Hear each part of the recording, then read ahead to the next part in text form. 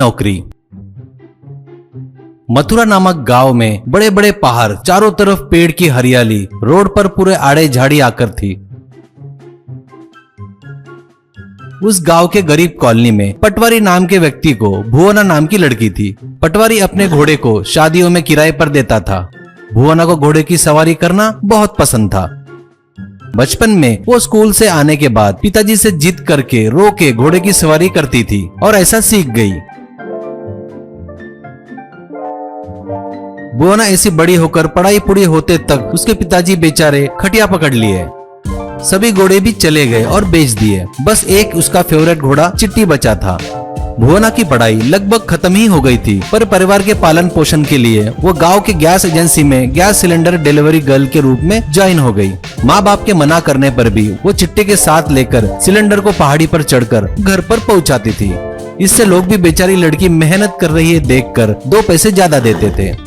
एक बार उसके gas agency में डिलीवरी बॉय काम कर रहे दीपू भुवना से कहता है, क्या भुवना, तू सिर्फ लड़की होकर घोड़े पर चढ़कर सिलेंडर पहुंचाकर बड़ा तीर मार रही है, ऐसा मत सोच। ज्यादा फैल मत, ज्यादा भाव मत का। मैं तेरा सीनियर हूँ, मेरे सामने ज्यादा बिल्डअप मत दिखा। तू गरीबों को गैस सिलेंडर पहुंचाकर बड़ा काम कर रही है, ऐसा मत सोच। तेरे को और तेरे घोड़े को अमीरों के कॉलोनी वाले नजदीक भी नहीं आने देंगे, ये याद रख ले। ऐसा वार्निंग देके चला जाता है। भुवना इस बात पर ध्यान नहीं देते हुए चली गई। ऐसे कुछ दिनों के बाद उसके मालिक के बोलने पर अमीरों की कॉलोनी में रिस्क लेकर सिलेंडर लेकर जाती है। ये देखकर अमीर कॉलोनी वाले उसकी तारीफ करते हैं और हमें भी तुम ही सिलेंडर लाके देना, ऐसा कहते हैं। ये बात सुनकर दीपू को बहुत गुस्सा आता है और वो अपने दोस्त साहू से, हेड तेरी की, जाने दे, लड़की है बोल के सोचा मैं, मेरा ही पत्ता साफ करना चाहती है क्या? साथ में उसका घोड़ा भी, कैसे भी करके उन दोनों को झटका देना पड़ेगा। साहू, दोनों को क्यों रे? उस घोड़े को रास्ते से हटा दिए तो बस है ना। चुपचाप जंगली फल उस घोड़े को खिला दिए तो वो घोड़ा पागल हो जाएगा। उस पागलपन में घोड़ा उसे भी नीचे पटक देगा ना। इस तरह एक तीर से 2 निशाने लगेंगे। बस इसके लिए दीपू ठीक है कहता है। इससे उस दिन रात में चोरी छिपे भुवना के घर जाकर दीपू और साहू कुछ जंगली फल घोड़े के चारे में मिलाकर चले जाते हैं। अगले दिन सुबह वो चारा भुवना घोड़े को खिलाती है। उसे कुछ पता ही नहीं था कि चारे में जंगली फल डालकर है करके।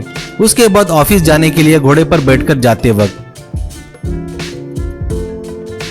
थोड़ी दूर जंगल के रास्ते पर जाने के बाद घोड़ा इधर उधर पागल जैसा करने लगा और जंगल की तरफ भागने लगा। भुवना कितना भी कंट्रोल करने की कोशिश कर रही थी, पर वो कंट्रोल ही नहीं हो रहा था। वो भुवना को एक टीले के पास गिराकर वो घोड़ा तालाब में चला गया। टीले पर गिरी भुवना को वहाँ सोने के सिक्के बहुत सारे मिले। वो देखकर भुवना बहुत खुश हो गई। भुवना ने सिक्कों को अपने साथ लाए बैग में भर ली। घोड़ा भी अब उस जंगली फल का असर उतरने के बाद तालाब से बाहर आ गया। अब भुवना अपने घोड़े को लेकर घर जाती है।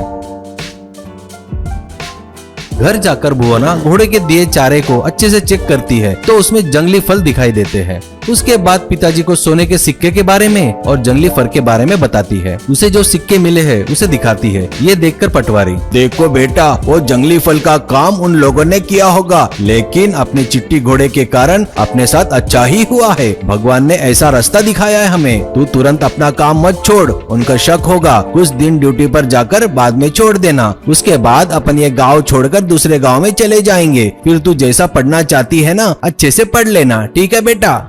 ऐसे कुछ दिन वो गैस सिलेंडर डिलीवरी करके एक दिन काम छोड़ देती है। ये देख के भुवना से दीपू, गैस सिलेंडर डिलीवरी बोले तो इतना आसान नहीं है रे, ये मर्दों का काम है, औरतों का नहीं। वो लोग नहीं कर सकते, अभी पता चल गया ना। ऐसा कहकर दीपू हंसता है, लेकिन भुवना चुपचाप चिट्टी घोड़े पर बैठकर घर आ जाती है।